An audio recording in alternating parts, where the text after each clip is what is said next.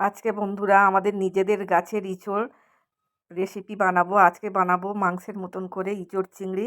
আমি এই বাগানে চলে এসেছি, ইঁচড় ভাঙা হয়ে গেছে আর আটাটা ঝরিয়ে নিয়ে এবার কাটতে বসে গেছি। টাটকা টাটকা ইঁচড়, এখন দানা ছিবড়ে খুব একটা হয়নি।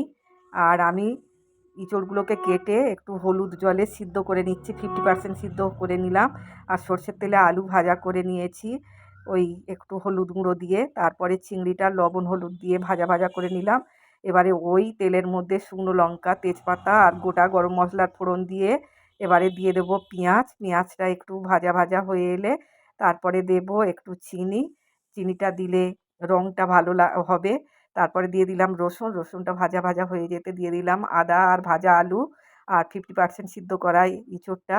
আর হলুদ গুঁড়ো, লঙ্কার গুঁড়ো, জিরের গুঁড়ো আর লাল লঙ্কার গুঁড়ো দিলাম, যেহেতু মাংসের মতন বানাবো ইঁচড়টাকে।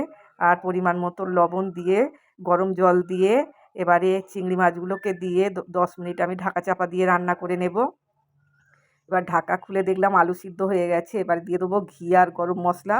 রেডি আমার মানে ইঁচড় চিংড়ি। কেমন হয়েছে বন্ধুরা দেখো, মাংসের মতন কালারটা এসেছে। যদি আমার ভিডিওগুলো তোমাদের ভালো লেগে থাকে তাহলে আমার চ্যানেলটাকে সাবস্ক্রাইব করে দিও। সবাই ভালো থেকো, সুস্থ থেকো। আবার দেখা হবে একটা নতুন ভিডিওতে।